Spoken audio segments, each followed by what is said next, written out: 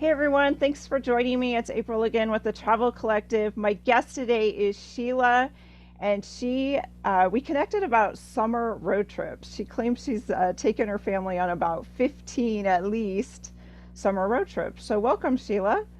Hi, thanks for having me. I'm super excited. I love talking about our road trips. Yeah, and I just like to dive right in and talk about the road trips, and then we'll have share your information at the end. So if people Okay. have specific questions and want to reach out to you and hear more, they can and go to your blog and website where they can do all that. So tell us a little bit what started the whole road trip idea. Was it something you as a child experienced, or just go back and take us to what inspired the first road trip? Right. Generally, when we were traveling, it was by car. So, not necessarily a road trip the way our trip became a road trip, but we would drive to grandma's, which was, from Colorado to Illinois. So, it's like a good Oh 12, yeah. 13. It's long enough that you were definitely in the car. And we had a few Girl Scout trips where we would drive and camp along the way from one to the next, like depending on what we were doing. So there were some, but not on the same scale. So it started because we were a military family initially, and so we were stationed in Virginia, and our families are all mostly in the West. And so, and with three kids, I'm like, okay, so five plane tickets Oh my gosh, to yes. visit whoever. I'm like, and then, well, really, you can only visit one place, right? And I was like, okay, Yeah. well, if we only visit one set of grandparents or one family member each year, then you're not seeing anybody. It's like 3 years before you see them again. And we're Wow. like, well, what if we just drive there? Like that could work, right? Because then you can see everybody, right? Just drive from one to the next, the next, the next, which of course is, I mean, it's quite a distance. And it was certainly ambitious because my youngest was 2 when we started. Oh, really? Oh, wow. But it was one of those, well, let's try it and see. And if it's terrible, we'll never do it again. Yeah, exactly. Let's just go for it. I like But it. it wasn't terrible, so we kept doing it. So So tell us that was about some of your favorite destinations on these road trips. it's hard to pick. Like there's so many good ones, but we like the more unusual, more like, like we've seen the big ones. Like we went to Mount Rushmore one year and we drove accidentally by the St. Louis Arch because I said, we're not going to see the arch this time. We'll see it another time. And the next thing I know, we're just driving by because of the way the map took us. And I Yes. was like, look out the window, kids. There's There's, the St. Louis oh my Arch. gosh. Guess we're going to see it after all. Yeah. But I asked the kids, I was like, hey guys, what were your favorite ones? And so we liked the Great Basin National Park was one of our favorites for a long time. I'd never even heard of it. I was at my dad's house in Colorado and I needed to I think we were headed to California that year. And I was like, okay, which way should we go? Because I don't plan it all in advance. I make it up as I go. And Oh, so okay. I'm looking at the map and I was like, well, which way should we go? And I was like, there's a national park out here. I had no idea there was a national park out Yeah, here. Great Basin. Where is that actually? That's It's not in one. Nevada. Pretty sure it's Nevada. Okay, I'll have to look that up too. It's I thought near it's Nevada, even if it's not in Nevada. It's okay. been a while. It's been a few years since we went there. It's No, no, but definitely I still think it's one of those that you don't hear about as right. often. It's very much you have to be going there. Okay. You're not going to accidentally find that one. But it just was. We got there and it was. We got out of the car and we're like, and I was like, guys, do you hear that? And they're like, what? I was like, that is silence. Yeah. Like you can. I was like, this is amazing. Right, right, Like because you don't usually hear something so quiet. And right. so that was a favorite. We've had adventures, like our drive to the ghost town was a big adventure. We ended up on this like dirt road, construction beware signs, and the guys Oh, are like, oh yeah, you just go up this way. And we're like, okay, are we gonna fall off the side of the mountain? And we arrive at the ghost town in Montana and we pull into the parking lot and there's all these cars, and we're like, where did these cars go? We didn't see anybody. right. Well, apparently there's a much nicer road that goes the other way. But I, again, because it was kind of spur of the moment, like, well, let's see if there's any ghost towns around here. And oh, there's one over here on the map, and here's a road that looks like it goes there. But the crazy, spooky, scary drive is part of what cemented it in our memories because we're like, oh yeah, remember when we went up this right. road? And it was like being in a Scooby-Doo show with all Yeah, the exactly. handwritten signs that say, watch out. Yeah, that's true. That's amazing. And that's just it. You're looking at the map, and I love the idea that you're using a paper map sometimes as well. Right. Yeah, exactly. Sometimes the paper map. So, and that's when, yeah, because I don't know, a GPS may or may not have told us. Sometimes they take you that way anyway. But, but yeah, we're just Right. like, okay, on the map, there's a road. And the men that were working in the construction at the bottom of the hill were like, oh, yeah, sure, you can drive up there. And we're like, okay, well, in our minivan up the side of the mountain. I'm like, oh, well, we can drive up here, but maybe Right. we shouldn't have. Oh my But we took God. the other road after we were done. Went Yeah, back no, the that's other way. usually what you do. Yeah, the paved road. But the other one is so much more interesting, like you said. And that's what I love about encouraging people to, even with GPS now, is to get a paper map, because often these state maps, they have like the interesting little things that you may not have even thought of that are Right. close by. And if you have extra time, you're like, oh, well, let's just try going over there. I know. Anytime we're driving down the road, I see a sign even. And I was like, ooh, I wonder what that is. Yeah, exactly. Is it near this exit or is it 50 miles from this exit? Write that down. We might go there next time. So with three kids and planning the consequently like 15 years of summer travel adventures, did you have them get involved in the planning, or did you kind of just already know like we need to go see this person, we need to go see that person? Right. Well, Uh, and whenever I would ask them where we wanted to go, they always said to the people. And I'm like, well, we're definitely going to the people. Is there anywhere else you want to go? So most of the time, they're like, we don't care, whatever, it's fine. Like we don't care. My son one year requested Round Rock Donuts in Texas because he had seen it on like a Oh, Food Network show, one of those like yeah, diners, dive-ins, dives, one of those shows where they go yeah. to a place, and he had seen it, and there's huge donuts, and I looked up where it was, and I was like, oh yeah, that's on the way after we leave my aunt's house, and we can go this way. And we went to the donut shop. So sometimes they'll have something that they want to see, but most of the time they're like, we don't care, because apparently I always pick good paces. So Well, whatever I hey, picked is good for them. that's a good thing. And I know summer's coming up because I know a lot of people, it's June already that we're recording this. And so I am probably going to put this out soon. Do you have budget tips? Because I know this year it's just everything's gone up, hotel rooms, and if you want to fly somewhere, and gas prices. I mean, it just Right. gets really expensive. Yeah, for sure. And even over the years, I noticed, like from when we first started traveling, like, okay, well, hotels would be like, say, $100 a night on average. And the last couple of trips, I was like, I don't know, it feels like the average price is more like 120 a night. Oh, yeah. So the trick is to stay with friends. So we did that a lot. So you're like, okay, so it takes, so we try to minimize. I'm like, okay, we can get from here to there in 2 days. So then we only have to spend one night in a hotel, and then we can stay with this family for a few days. Or if it was a friend, it would be like an overnight. We'd stay on their couch, and we always return the favor. We live near Washington, D.C., so sometimes Oh, people come okay. here. So like, yes, please come stay on my couch because I stayed on your couch.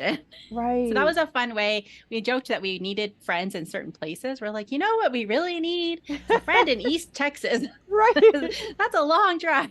But yeah, hotels. And then sometimes we would camp along the way. Okay. Um, we did one year was just a camping trip. Like it was intended as a camping trip. We did the Pacific Northwest, which is outside of our normal go visit the family. But we were in California at that time. And we're like, if we want to see the Pacific Northwest, Oh, yeah. we got to do it now while we're already here. So instead of visiting family, we went up the coast to Washington and around and did the parks. And so that was all camping. But even on other trips, and not every year, but some years, depending on which way we're going, we just throw the tent and sleeping bags in too.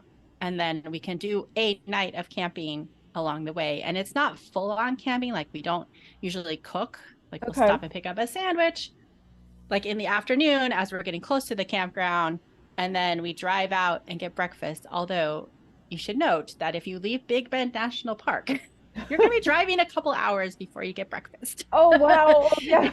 Oh, It dear. was really far to the first gas station. I was like, man, I'm really hungry. Yeah, everybody's stomach is like growling in the car. It's like, But generally, that plan works. Yeah, and that's the thing too. You can sometimes plot that out ahead of time, but and Hmm. we gotten so accustomed to like, oh, there's probably a coffee shop or there's just Right. a Yeah. little, Right. even if Surely there will be something. something, yeah, surely. But there are still Yeah. areas in the United States where Yeah. things can be miles away from the Right. national parks or even the Exactly. state 2 hours until we got our gas station donuts. parks. Wow, that's a long time. So about activities, do you plan activities or because sometimes when people go to parks, there are entrance fees, there's state park fees, so those can add up as well. Right. We always get the national park pass if we're going to a national park, partly because depending on the trip, some years we use it and we get more Yeah. than we paid because it was $80. I don't know if it still is. And so if you go to enough parks, couple parks and you've covered your 80. But I always looked at it as even if I'm not going to visit enough parks to get my 80, I love the national parks so much that I want to give them my $80 so that it can still be a thing that people can enjoy. But the national park pass can definitely pay itself off pretty quickly. There's a couple of parks where it doesn't work, like Mount Rushmore is apparently a parking fee paid to a private company, not a Oh. park entrance fee. Oh, So not, and it wasn't interesting. even a lot, but like occasionally you'll find a park Yeah. where it doesn't apply, but generally it does. And then and state parks probably like if you were going to be in multiple for the same state, we tend to be very like passing through kind of like our trips are always like we're here and there and there and there. We're always on our way to somewhere else. So we wouldn't get as much benefit from it, but state parks I'm sure have the same sort of thing where like for 7 days you can get into Yeah. any park, for example. So Right. Yeah. Again, just, taking a moment, maybe looking at some of those things. Um, mhm.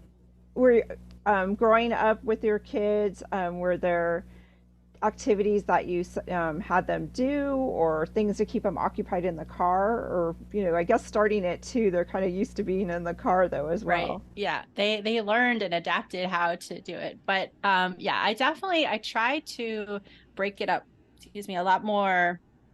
Like when they were young, it was like, let's find a playground if we can find a playground or something Oh, where there's an activity. So we were stopping just because they needed a break. Like, yeah. okay, well, where can we stop that they can get out of the car and walk around and get some energy out? We would go to McDonald's with a play place, right? I would have them play at McDonald's while I ate my lunch, and then There I would you put them go. in the car. I'm like, hey, now eat in the car because that's something you can do while I'm driving. Right. So, like that sort of thing. Um, but they liked audiobooks and videos. I gave them rules when they were like first starting out because I was like, okay, don't want them to look out the window though. Like I want them to look out the window, right? I don't want them to be on the Right. screen the whole time. So it would be a rule of no videos for the first hour of like whatever. And then we would stop for lunch and then they would have another like 1 hour no videos before they could start turning on like movies or whatever. And every now and then, like if we're somewhere very scenic, I'd be like, okay, screens off, earbuds out, Yeah. look out the window. Right. No, I think that's super smart Yeah, to so do I that. mean they all got along really well and they figured out how to entertain each other. They would take turns picking the video Oh, good. so that although one year we were in Texas, I think, and my it was when my youngest was still pretty young, and she really liked the backyardigans, and she wanted the backyardigans, but it wasn't her turn to pick. Oh And no. my son, I was like, just let her watch it. And my son was like, why do I have to? And I'm like, because we're never going to get out of Texas if we don't let her watch that. Right, right. I know it's not fair, but you got to take one for the team. Yeah, exactly. But yeah, they're usually pretty good about it. So do you have tips for other parents as they're thinking about taking a road trip? Keep your expectations low and then you're pleasantly surprised when everything goes great. Yeah, no, I tend to be a very go with the flow person anyway. So for me, it's easy to just be like, oh, well, that didn't work out, or that's how it is. I mean, you definitely get tired and frustrated and whatever. But yeah, if you can just try to be as like relaxed and go with the flow about it as you can, figure out what the important things are for you. Like the most important thing for me about this trip is this one thing. and then you can let go of other things. And like we had a snack box in the back, and the kids got to pick out what snacks they wanted. They would fill the box before the trip, and Oh, if they were nice. hungry, unless we were about to stop somewhere, if they were hungry, they could just open up the snack box and grab a snack. And so that snack box went with us on every trip. Every year we had the snack box, even when they were older. Yeah, oh, smart. So so yeah, no, it just yeah, you just gotta figure out what you want out of the road trip. Like what's the most important? Like, it's like maybe somebody really wants to see a certain thing, or it's more about like museums for them. Or like for us, when we first started, it really was just about breaking up the drive Yeah. on our way to grandma's. But then as they got older, we switched a lot more into this, let's see how many things we can stop and see on the way to grandma's, Oh, because they nice. were used to it, they liked it, and they could handle it because they were older. So it's like, okay, well, if we have to drive an extra 2 hours because we stopped at another thing or we went a different way, Yeah. so our focus just shifted a little bit, you know, as they got older. Yeah, I love that. So tell us a little bit about your blog that you've got going.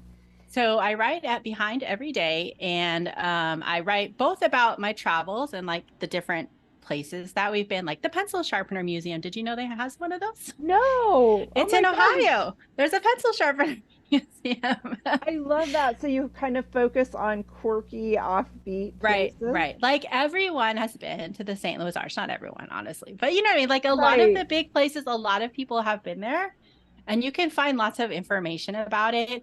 But people may not even know that there is a pencil sharpener museum, or if they find out, or if they, you know, they happen across it and they're like, oh, Yeah. I want to learn more, then they can maybe see more information. So I just like the unusual ones. Those are the ones that are more fun to me.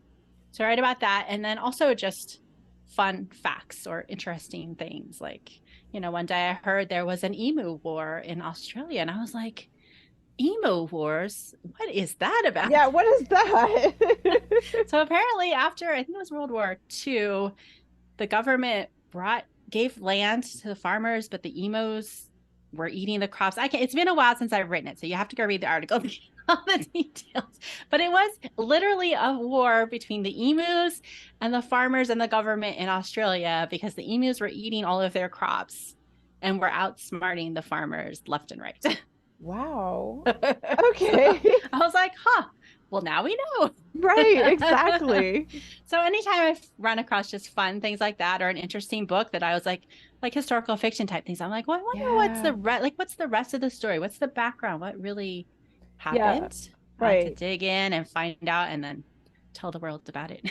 No, that's great because you're right. There are a lot of like books that you read or even fiction that, they try to place Right. it somewhere and you're Hmm. like, did that really happen? Or, Right. Yeah. How yeah, much of that is true? right, exactly. And the So, author probably doesn't want to, they're on to writing their next book. So yeah, right. Yeah. if you Yeah. can So, share like, was it like that? right. Yeah. Like, here's more information about what it was actually like, or what happened, or, what I learned about it. So personally, were some of your favorite trips? Um, I just like to go. There was one summer that we didn't go because my daughter was on a travel soccer team and she had to be local. And I remember being so like, I was like, Yeah. I could just get in the car, go myself. I don't need to bring the rest of you. I just want to Yeah. go. But that year we did our summer trip. We went to New England in December Oh, because you that's what did. you Oh, do, right? You go to cool. New England in Yes. December. Well, it's beautiful there then. So that was just a funny. Like, oh yeah, the summer we decided to go to New England was the year we didn't go until December. But it was fun and it was different, right? We didn't see a Yeah. lot of things were closed seasonally, but the weather was fine and we had a good trip, and we were able to fit it in. So we didn't completely lose our trip that year. We just shifted it to December. And that's the other thing that we've had to do over the years is we get a lot of people in and out. Like, I might be the only one who does the entire trip from beginning to end. It's Oh, like I okay. leave and then someone's at like soccer camp and then they fly to somewhere else and they join us. Like, we picked up my daughter in Montana one year because she had been in Okay. California with my husband. So he left her with my mom. He flew back so he could go to work. I picked her up in Montana. we drove the rest of the way. One year, my son was at Philmont Boy Scout camp in New Mexico. So he was there with his troop. And then we picked him up there in New Mexico when he was done. We arranged it so that we would be in New Mexico when he finished so that he could then join the trip for the rest of the way. So it just became a default of we're doing the trip. Like everybody's like, we're doing the trip, right? We really want to do the trip. And so then we just figured out how to do it. It was like, okay, well, everybody can't be there for the whole part, but that's okay because you can still do some of it and it's still going to be fun. Right. And so I got to do all of it and it was always fun. Right. Oh, and I love that because I think that's kind of what's happened to me is like, every summer it's like, I need to take that trip. It goes back to when I was a kid. We always Right. took a summer trip of some kind. So it's like, gosh darn it, even if I have to like just Right. start the trip and you meet me somewhere. I love that. Right, exactly. So that's how we made it work. And then my husband would always pick the best parts. He'd be like, okay, well, this part looks like the best part of the trip. So I'll meet you there. He's like, you can drive across the cornfields by yourself. You'll be fine. I'll meet you in this awesome place over here. Right. Oh, that figures. So, So so I have yeah. to ask, do you have a summer trip planned for this year? We don't have a summer trip, unfortunately. All my kids are now college and out, so they're not here. But we have to go to Charleston next week to see my son. He's finishing a program as part of his job. And so we are going to be in New Jersey for the 4th of July. My in laws have a house there. And then we're headed to Charleston. And we're like, oh, we could just drive straight. Because, like, well, we come home, we'd have to leave again immediately. It's like, well, let's drive straight there. And he's like, oh, we could take the ferry and we could drive down the coast. And I was like, oh, now we're talking. Oh, Now wow. we Yes. got a road trip. Right, exactly. Oh, that sounds Now we're fabulous. ready. Yeah.